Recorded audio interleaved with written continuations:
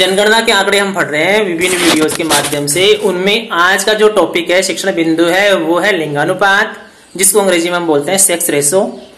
इसका अध्ययन हमारे लिए जनगणना के जो पार्ट है उसमें इसका अध्ययन हमारे लिए नितांत आवश्यक है, क्योंकि किसी भी क्षेत्र, देश, राज्य के सामाजिक और आर्थिक ढांचे के विकसित या पिछड़ेपन का जो मुख्य कारणों में से एक कारण है वो लिंगानुपात है। ये किसी भी अर्थव्यवस्था और किसी भी देश की सामाजिक ढांचे का एक उसकी मजबूती के लिए लिंगानुपात का अनुकूल होना हमारे लिए आवश्यक होता है। अब होता है क्या लिंगानुपात? साधारण भाषा में, साधारण शब्दों में समझें तो ये स्त्री और पुरुषों के मध्य एक अनुपात होता है। भारत में लिंगानुपात निकालने का जो सूत्र है वो है कुल स्त्रियों की संख्या, उसमें भाग देते हैं कुल पुरुषों की जनसंख्या से और उसको गुणा कर देते हैं 1000 से। इस तरह से जो आंकड़े निकल कर आते हैं वो लिंगानुपात है कहलाते हैं। भारत के लिंगानुपात आंकड़ों को जनगणना वर्षों के अनुसार हम देखते हैं, उनका विश्लेषण करते हैं। तो सबसे पहले हम देखेंगे भारत की 1901 की जनगणना आंकड़ों के अनुसार लिंगानुपात कितना था। 1901 की जो जनगणना हुई थी उसमें भारत में अब तक का सर्वाधिक लिंगानुपात था 972 लिंगानुपात था। तात्पर्य ये है कि 1000 पुरुषों के पीछे उस समय स्त्रियों की संख्या थी 972। तत्पश्चात 1911 की जनगणना में ये घटा 964 हो गया। फिर 1921 की जनगणना में 955 रह गया। 1931 की जनगणना में 950 और 1941 की जनगणना में 945 तक सीमित रह गया। यानी कि 1901 से लेकर 1941 तक की जनगणना तक हमारे देश का लिंगानुपात निरंतर तरीके से गिरता रहा, क्रमशः 972, 964, 955, 950 और 945। इसके बाद में आजादी के बाद में जो पहली जनगणना हुई थी 1951 में, उसमें लिंगानुपात में 1 अंक की वृद्धि हुई। बहुत बार परीक्षा में पूछा जाता है, कई कंपटीशन परीक्षाओं में ये क्वेश्चन पुटअप किया जाता है कि कौन सा जनगणना वर्ष है जिसमें 1901 के बाद में पहली बार लिंगानुपात में वृद्धि हुई। उत्तर होगा 1951, 1 अंक, यानी 945 से बढ़कर हो गया 946। उसके बाद में 1961 उसमें जनसंख्या में जनगणना हुई थी, उसमें लिंगानुपात फिर से डाउन हुआ 941 और 1971 की जनगणना में ये गिरकर 930 पर आ ठहरा। 1981 की जनगणना में फिर से इसमें 4 अंक की वृद्धि होती है। 930 जो 1971 में था वो बढ़कर अब हो जाता है 934। 1991 की जनगणना में फिर से ये डाउन हो गया, 927 रह गया, जो अब तक की जनगणनाओं में 1901 से लेकर सन 2011 की जनगणना तक सबसे कम लिंगानुपात रहा 1991 की जनसंख्या में 927। 2011 की जनगणना में लिंगानुपात बढ़कर 933 हो गया। 2001 की जनगणना में लिंगानुपात बढ़कर 933 हो गया और 2011 में ये हो गया 940।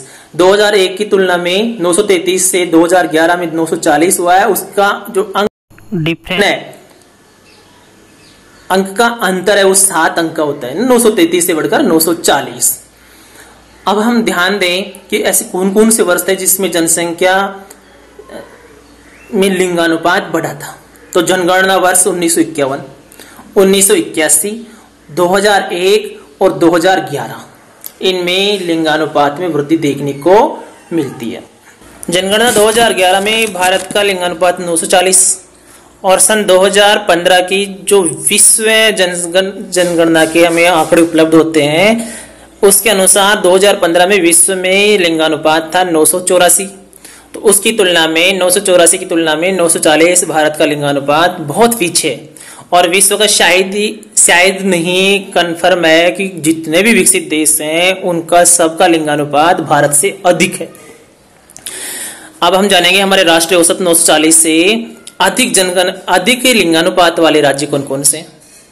उनमें टॉप पे हम रखते हैं केरल को। केरल का जो लिंगानुपात का आंकड़ा है वो है 1084। पिछले जनगणना 2001 में केरल का जो आंकड़ा था उससे और 2011 में लिंगानुपात में वृद्धि हुई है। 1084 के साथ केरल टॉप पे है। दूसरे नंबर पर तमिलनाडु 995, आंध्र प्रदेश 992, छत्तीसगढ़ 991, और यदि दूसरे नंबर पर केंद्र शासित प्रदेशों को भी शामिल कर लिया जाए तो पुडुचेरी का स्थान आता है 1038 लिंगानुपात। पुडुचेरी और केरल दो ऐसे राज्य और केंद्र शासित प्रदेश हैं जिनमें लिंगानुपात स्त्रियों के अनुकूल है, अर्थात पुरुषों की तुलना में स्त्रियों की संख्या 1000 है, प्रति 1000 पुरुषों की तुलना में स्त्रियां ज्यादा हैं। यहाँ इन दोनों राज्यों में और केंद्र शासित प्रदेशों में है। लक्षद्वीप 945, पुडुचेरी और लक्षद्वीप टॉप केंद्र शासित प्रदेश हैं, क्रमशः 1038 पुडुचेरी और 945 लक्षद्वीप। और राज्यों में केरल, तमिलनाडु, आंध्र प्रदेश और छत्तीसगढ़, इनमें लिंगानुपात अधिक है, राष्ट्रीय औसत 940 से। न्यूनतम लिंगानुपात वाले राज्यों में, या इनको हम कुख्यात राज्य कह सकते हैं, जो लिंगानुपात के दृष्टिकोण से बहुत दयनीय स्थिति है, इनमें स्त्रियों की संख्या, लड़कियों की संख्या बहुत कम है। उनमें सबसे टॉप पे हरियाणा। हरियाणा का लिंगानुपात 2011 की जनगणना के अनुसार 877 था। 2001 की तुलना में इसमें सुधार हुआ है। दूसरे नंबर पर जम्मू कश्मीर लिंगानुपात, सिक्किम का 889, तीसरे नंबर पर, चौथे नंबर पर पंजाब 893। और केंद्र शासित प्रदेशों की हम बात करें तो केंद्र शासित प्रदेशों में सबसे कम लिंगानुपात दमन और दीव का 618। उसके बाद में सबसे कम से दादरा और नगर हवेली 775, चंडीगढ़ 818 और दिल्ली का 866 रहा। इस तरह केंद्र शासित प्रदेशों में उत्तम स्थिति है पुडुचेरी और लक्षद्वीप की, और सबसे खराब है दमन दीव की। और राज्यों में सबसे बढ़िया स्थिति है केरल की, और सबसे खराब स्थिति है हरियाणा की। लेकिन इनमें दोनों में अब सुधार देखने को मिल रहा है।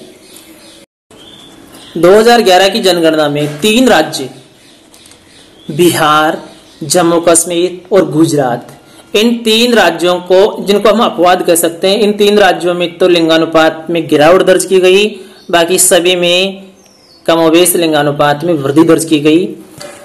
बिहार का लिंगानुपात 2001 की जनगणना में 932 था और 2011 की जनगणना में 916 रह गया। और जम्मू कश्मीर में 900 लिंगानुपात था 2001 की जनगणना में, जो घटकर 883 रह गया 2011 में। तीसरे स्थान पर गुजरात, जो 921 से घटकर 918 2011 में दर्ज किया गया लिंगानुपात। इन तीनों राज्यों को, आपका बिहार, जम्मू कश्मीर और गुजरात, यहाँ लिंगानुपात में गिरावट दर्ज की गई है, बाकी सभी राज्यों में लगभग गिरावट दर्ज नहीं की गई। केंद्र शासित प्रदेशों की हम बात करें तो 3 राज्य हैं और 3 केंद्र शासित प्रदेश हैं। इन 3 केंद्र शासित प्रदेशों में भी लिंगानुपात में गिरावट दर्ज की गई। इस प्रकार से कुल 35 राज्य और केंद्र शासित प्रदेशों में 6 है, 3 राज्य और 3 केंद्र शासित प्रदेश। 3 केंद्र शासित प्रदेशों में क्रमशः दमन और दीव, जो दमन में जहां 710 लिंगानुपात था 2001 की जनगणना में, वो घटकर 2011 की जनगणना में 618 रह गया, यानी कि 92 अंक की गिरावट दर्ज की गई दमन दीव में। और दूसरे स्थान पर दमन दीव के बाद में दादर नागर हवेली और तीसरे स्थान पर लक्षद्वीप। इन दोनों केंद्र शासित प्रदेशों में भी लिंगानुपात में कमी दर्ज की गई। और लिंगानुपात में जो वृद्धि की बात करें, ये तो कमी की बात थी, अब वृद्धि की बात करें तो सबसे अधिक वृद्धि 2011 की जनगणना में हमें मिजोरम राज्य में देखने को मिलती है।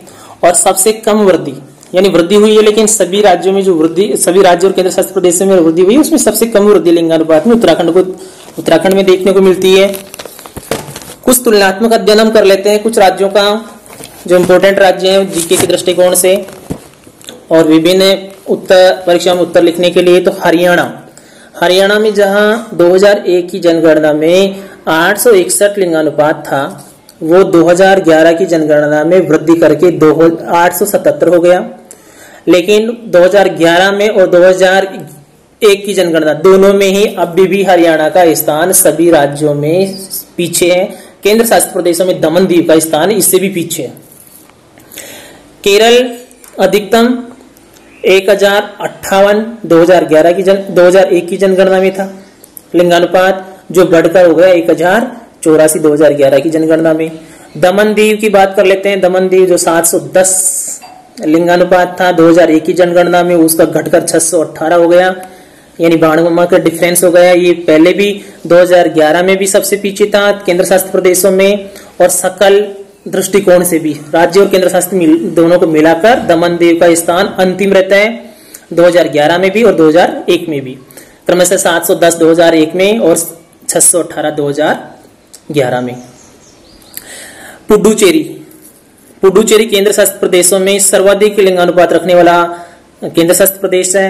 2001 की जनगणना में 1001 था और 2011 की जनगणना में 1038 यहाँ लिंगानुपात दर्ज किया गया।